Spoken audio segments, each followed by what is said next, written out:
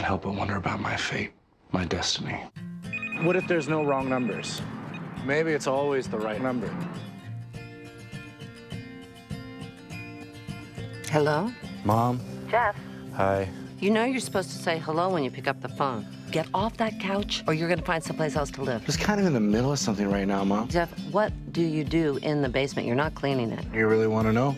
You didn't like it last time we had this Okay, conversation. no, you're right, I don't. Jeff, who lives at home. Otherwise, what this movie should be known as Jeff, who lives by fate. Nice voice crack. Oh, God, I know. Yeah, I don't really know what else to say about this movie except for fates! Fate! So much fates. So much fate! Like, I think after watching this movie, yeah, fate. But You know what I think after this movie? I think this is another case of M. Night Shyamalan fucking someone over. First he fucked over everyone from The Last Airbender, and then he fucked over this dude because he has an unhealthy obsession with the movie Signs, which, by the way, people, is not a good movie. exactly. But today we're talking about the indie film Jeff, Who Lives at Home. This is from the Duplass brothers, who did Cyrus 2 years ago. And these guys are kind of becoming known in the indie scene, and They also did one of my favorite indie flicks, Lars and The Real Girl. I think they did, if I remember correctly. Yeah, you told me that they did. I remember. I think they did, but I could be wrong. There was another really big film that they did. No, wait, they didn't. They did not. You lied to me. How dare you? I thought they did it. My bad. Oh my god. Oh, they acted in it. Oh, okay. They did the Close Puffy enough. Chair and Baghead. That's their other stuff. But these guys have kind of become a little known in the indie league. But not the point. We're talking about here once again. Jeff, Who Lives at Home. This stars Jason Segel and what is his Ed name? Helms and Sarah Sarandon.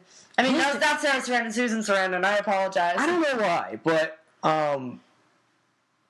oh God, his name always slips. Jason Segel. His name always slips my mind. Why? I don't know. He's one of the most memorable film stars right now. I think he's fantastic. How could you forget him? I don't know. I think it's maybe because I twist his name up with Peter Segal, who's a director that's done a lot of comedy movies that I like. That's true. I mean, like, I've seen Jason Segel do it all. You've seen him as probably the coolest husband ever on How I Met Your Mother. Like, it's my dream to find somebody like Marshall, who he plays on How I Met Your Mother. We've also seen him as the hopeless romantic and Forgetting Sarah Marshall. Oh, God, what a great movie that was. Yep. And seeing him play Jeff was probably one of the most interesting roles that I have seen, because basically the entire movie he's trying to get people to understand who he really is as a person. Like, he feels like he's very misunderstood and he's very different. He's a person he's one of those people who, in his mind, he believes everything happens for a reason. He believes in fate! Well, it's true. Fate, actually, I feel like fate happens. Yeah, but he almost has an unhealthy obsession with it, because in the beginning of the movie, some random guy calls him and asks for Kevin, so he thinks Kevin must mean something important today. So anything that involves Kevin, he will, like, creepishly pursue and follow. Well, yeah, that's true. It was kind of creepy. Yeah, but that's one aspect of this story, is that he's a loser at home who's just, it's another day in his life, but since Kevin popped up early, he feels like something big's gonna happen. Then we get to his brother. Oh, God. This might be the first time that I cannot stand Ed Helms' character. Ed Helms plays Pat, who's Jeff's brother, and He's a douchebag. yeah, simply put, he's a douche. I'm a huge fan of Ed Helms' characters, like, seeing him on The Office, from, like, Cornell a cappella group singer, being that dorky guy around The Office. The Hangover is the dentist who pulls out his own tooth. Yeah. And then recently I saw him in Cedar Rapids as the overly excited insurance agent, which I haven't seen yet. Oh my! It's hilarious. You need to go see it. Mm-hmm. Like, I love that movie so much. And since I saw like Ed Helms' name was on this movie along with Jason Segel's, I thought, okay, it's another role that I'm going to enjoy Ed Helms in. Nope. No. Like, this was the very first time, no offense, to Ed or the writers of this movie, but his character was, for the first time in my eyes, not a likable person. Yeah. I mean, and that's pretty much where this story goes. Pat here is a major fuck-up who just, he does have a job, he has a wife, he has an apartment, but he's fucking up in every direction he can. He basically picks material items over more important things, like trying to fix his relationship. Instead of buying a house for his wife, he buys a Porsche. Yeah, he's a very self-centered kind of douchey guy, and he and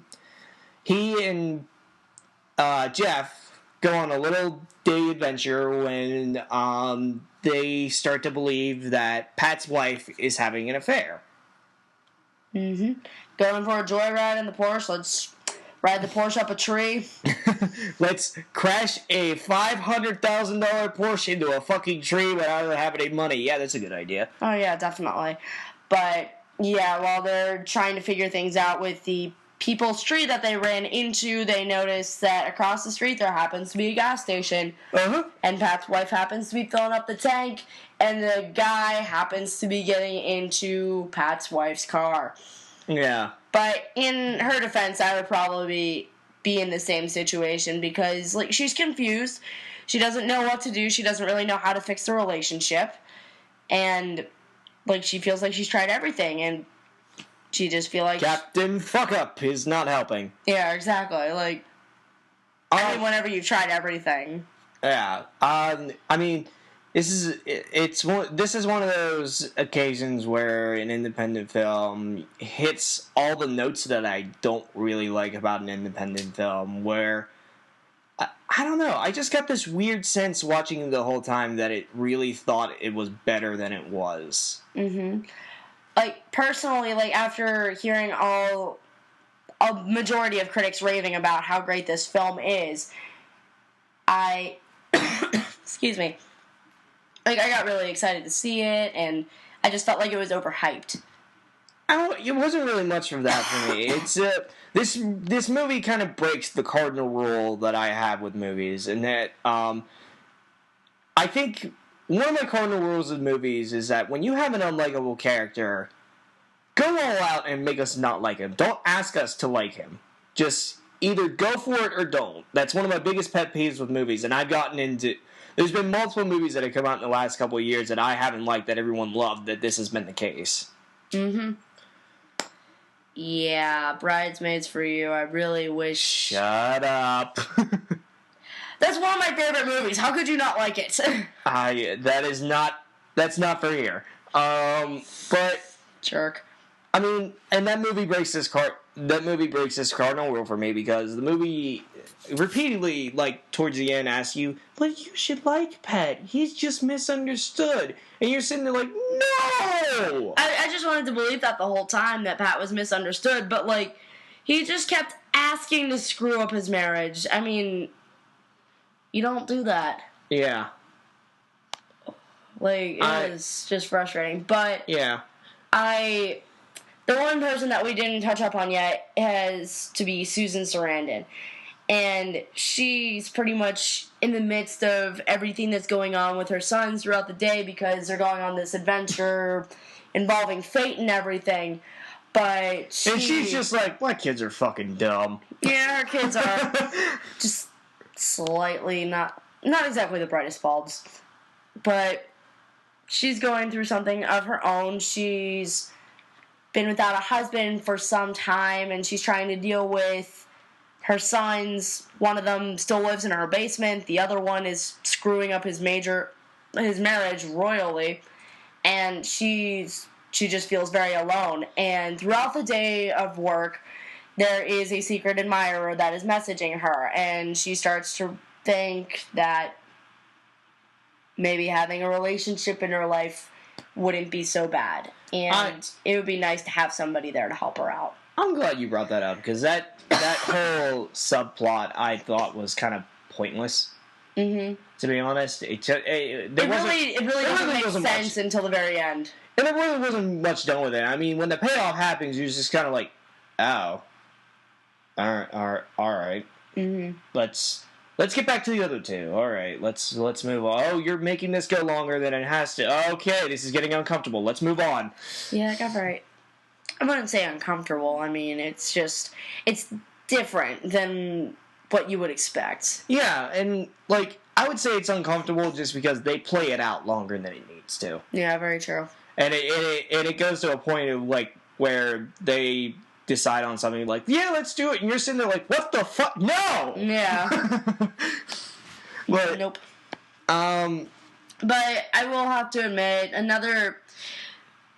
this might be my main argument against this film. Like, I was really excited to see it, but it just became so predictable.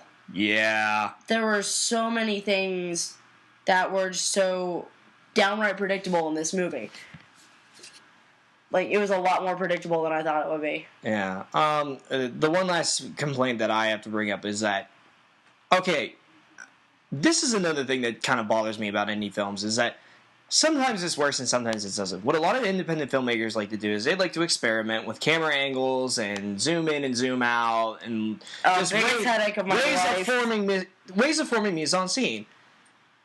Whoever they got to do the camera work for this dude he must have been like jerking off the zoom in, zoom out feature on the camera. Because think about it, it was so fast and jerky. He was like, way to be descriptive, good God. You tell me I'm wrong. No, I really can't. Exactly. Like, it would be so fast and so sudden and so unnecessary that you were just sitting there like, was this dude, like, just whacking himself as he was doing this? Like, did he think, it's such a good movie?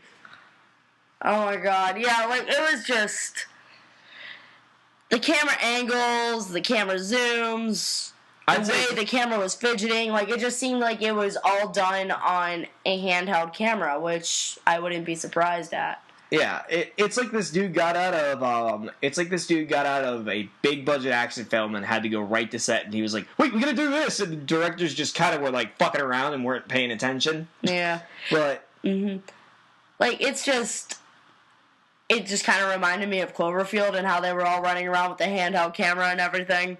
It didn't remind me of Cloverfield. It reminded me more of the Hunger Games and the problems I had with the camera with that movie in the first, I'd say, hour. But I gotta give credit where credit is due. Everyone acts great in this movie.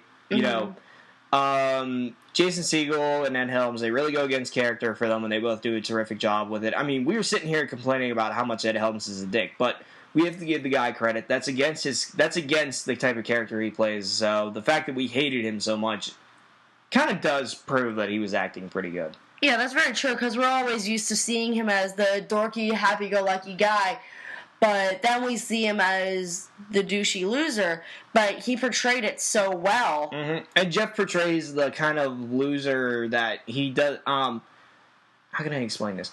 He kind of portray, in the most, like, for example, Forgetting Sarah Marshall, he wasn't really, like, he was still successful, but he just was heartbroken. In this movie, he's just a pure loser. Yeah, like, nothing really... The thing is, I really wish they went into why Jeff acted the way that he did. Like, yes, I know... I didn't even think about that. I know he was inspired by Signs throughout the entire movie. No, like, I haven't seen Signs, but from what Lehew over here is telling me, not the best movie, but... Fuck that movie. Like, the entire time I was kind of thinking to myself, why is he so inspired by Signs, and why does Jeff act the way he does? Like, character development-wise, I think they did a poor job in actually zooming in on who Jeff really is. I see what you did there. Aha. I mean, all in all, I mean, I don't think I really have anything else to say about this. The other point I do have to give it, the final, I'd say 30, 20 minutes, or actually, I wish the whole movie was that. I really wish it was too. It seemed like because, they really focused on that last 30 to 20 minutes. Like, what this script seemed like to me was that they had the ending and they were like, oh, this is such a good ending. Great. What about the rest of the movie? Fuck. All right. Yeah, I had to write an entire movie around such a powerful ending. Like, I thought, yes, the ending of the movie really tied together, but until the ending, the entire movie is very slow. Yeah, it's really slow. But do you have anything else to say? I got nothing.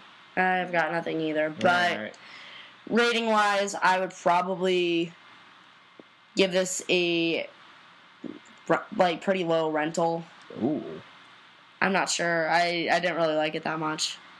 I can't. I'd give it a rental. I give it just a regular rental just because I really did like that ending. I like the last 20 minutes of the film and where it goes and how it kind of ties together the whole message. But to answer your question about how Jeff, why he acts the way he does, I think I know what it is. What? M. Night Shyamalan touched him inappropriately as a little kid and said, "It's a twist. You love signs unlike everyone else." Oh, God. Think about it. Could be true. Now you are like the last airbender, but it's shit. No, it's not. Pat, who's that guy your wife's with? Why don't you just go in there and talk to her? Oh my God, you have no idea how adult relationships work, do you? I need to find out exactly what's going on, so I'll have the upper hand later. Something really big is happening here. My wife is having an affair. We don't know that yet. Let's follow this and see where it leads. I'm gonna break down the door. That's a terrible idea. I've seen you try to do things physically. Oh! I hate my kids right now. I don't know when that happened. They were so cute. I've been having this really weird dream about Dad lately. He says, "Pat, what's the greatest day in the history of the world?" And I'm like, "Dad, I don't know." And he just looks at me and he smiles. He says today. How'd you?